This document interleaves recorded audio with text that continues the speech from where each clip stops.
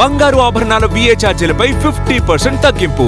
త్వరపడండి, అక్షయ లక్ష్మిని ఆహ్వానించండి. The Chennai shopping mall, Telangana మరియు ఆంధ్రప్రదేశ్. అంతర్జాతీయ చమురు రవాణాకు అత్యంత కీలకమైన హర్ముజ్ జలసంధిలో కాల్పుల కలకలం రేగింది. ఈ జలసంధి గుండా ప్రయాణిస్తున్న 2 భారతీయ వాణిజ్య నౌకలపై ఇరాన్కు చెందిన గన్బోట్లు కాల్పులు జరిపినట్లు ప్రభుత్వ ఉన్నత స్థాయి వర్గాలు వెల్లడించాయి. అదృష్టవశాత్తు ఈ ఘటనలో సిబ్బందికి ఎలాంటి గాయాలు కాలేదని, నౌకలకు కూడా నష్టం వాటిల్లలేదని సమాచారం.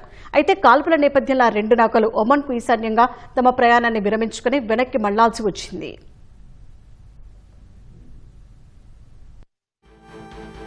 దాడికి గురైన 2 నౌకల్లో ఒకటి వెరీ లార్జ్ క్రూడ్ క్యారియర్ అని ప్రభుత్వ వర్గాలు తెలిపాయి.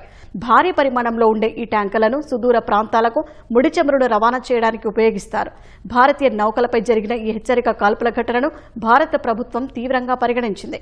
దీనిపై వివరణ కోరేందుకు ఢిల్లీలోని ఇరాన్ రాయబారికి ప్రభుత్వం త్వరలోనే సమన్ జారీ చేయనున్నట్లు తెలుస్తోంది.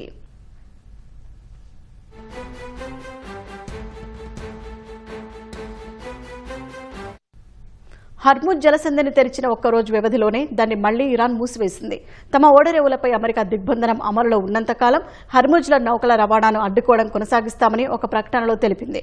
హర్ముజ్పై మళ్లీ ఆంక్షలు విధిస్తున్నట్లు ఇరాన్ ప్రకటించిన కొద్దిసేపటికే జలసంధి గుండా వెళ్తున్న భారత నౌకలపై ఇరాన్కు చెందిన 2 గన్బోట్లు కాల్పులు జరిపాయి. ఈ విషయాన్ని బ్రిటన్ సైన్యం కూడా ధృవీకరించింది.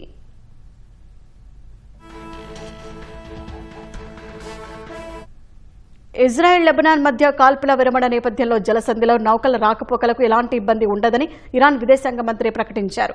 కానీ సముద్ర కార్యకలాపాలను పర్యవేక్షించే Iran Islamic Revolutionary Guard Corps మాత్రం ముందస్తు అనుమతి లేకుండా వస్తున్న నౌకలను అడ్డుకుంటోంది. హెచ్చరిక కాల్పులకు దిగుతోంది. ఇరాన్ ప్రభుత్వ ప్రకటనలకు క్షేత్రస్థాయిలో సైన్యం చర్యలకు మధ్య ఉన్న భారీ వ్యత్యాసాన్ని ఈ ఘటన స్పష్టం చేస్తోంది.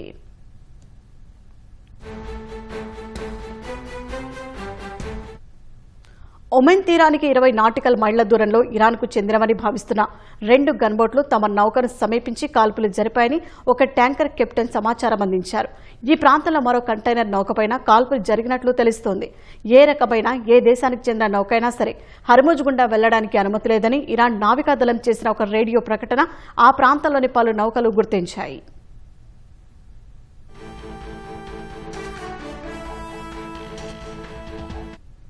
ఇరాన్ తాజా హెచ్చరికలు దాడులతో గల్ఫ్ ప్రాంతాల్లో గందరగోళం నెలకొంది. వందలాది వాణిజ్య నౌకలు, దాదాపు 20,000 మందికి పైగా నావికులు ముందుకెళ్లలేక సముద్రంలోనే చిక్కుకుపోయారు. ప్రపంచ చమురు, లిక్విఫైడ్ న్యాచురల్ గ్యాస్ ఎగుమతుల్లో 20% మేర రవాణా హర్ముజ్ జలసంధి గుండానే జరుగుతుండడం గమనార్హం.